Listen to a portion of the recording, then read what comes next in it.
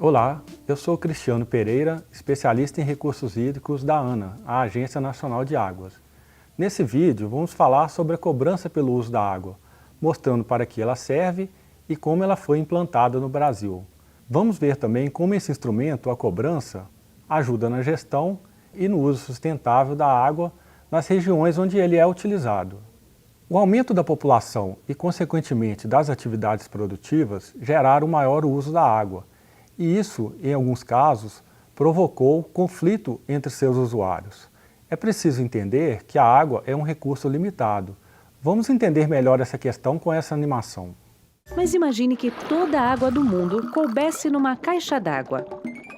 Do total da água disponível, menos de 2,5% é de água doce. E deste total, apenas cerca de 2 centésimos estão disponíveis para o consumo. Por isso mesmo, a água é também um dos recursos mais ameaçados que existem. Por se tratar de um bem público, ou seja, um bem de todos, e também ser um recurso escasso, a água possui um valor econômico. Então a cobrança pelo uso da água vem como um instrumento com o objetivo de promover o seu melhor uso, ou seja, promover o uso racional desse recurso. É importante ressaltar que a cobrança não pode ser considerada mais um imposto, e também ela não tem nada a ver com as tarifas cobradas pelas distribuidoras de água nas cidades. A cobrança pelo uso da água é um preço público, ou seja, uma remuneração pelo uso de um bem público natural. Ela é cobrada de quem retira água ou lança efluentes diretamente nos rios ou em outros mananciais. Seu objetivo é promover o uso racional da água e também serve como fonte de recursos para financiar ações de recuperação e preservação das nossas águas.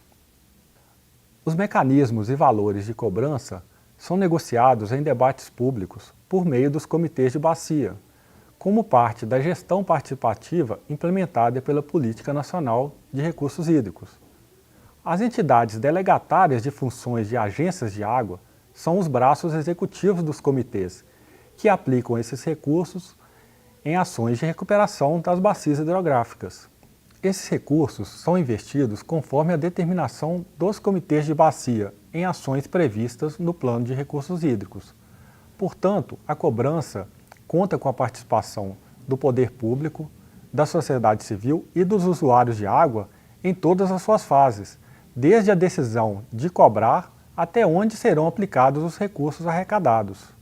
Como exemplos de ações apoiadas com recursos da cobrança, podemos citar planos de saneamento, projetos de tratamento de esgoto, recuperação de áreas degradadas, reflorestamento de matas ciliares e também projetos de educação ambiental.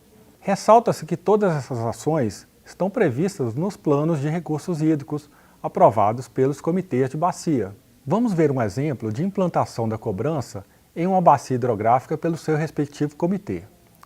A bacia hidrográfica do Rio São Francisco, que é uma bacia com grandes dimensões, com cerca de 640 mil km², engloba 6 estados mais o Distrito Federal, com os mais variados usos, foi a terceira bacia a implementar a cobrança em rios interestaduais, em julho de 2010. São cobrados usos quantitativos, que no caso é o volume anual captado e o volume anual consumido de cada usuário de água. E também usos qualitativos, que no caso é a carga orgânica lançada nos corpos hídricos. Compete à ANA arrecadar e repassar os recursos da cobrança às entidades delegatárias de funções de agências de água.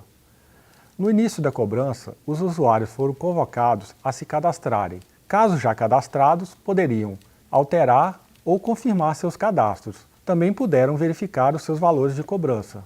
O cadastro é feito através do CNAR, que é o Cadastro Nacional de Usuários de Recursos Hídricos, que pode ser acessado online através do site da ANA. Nesse exemplo da bacia do Rio São Francisco, a entidade delegatária escolhida para apoiar a gestão, selecionada por meio de um edital público, foi a agência Peixe Vivo. Essa entidade recebe os recursos da cobrança e os aplica em programas, projetos e obras previstos no Plano de Recursos Hídricos da bacia.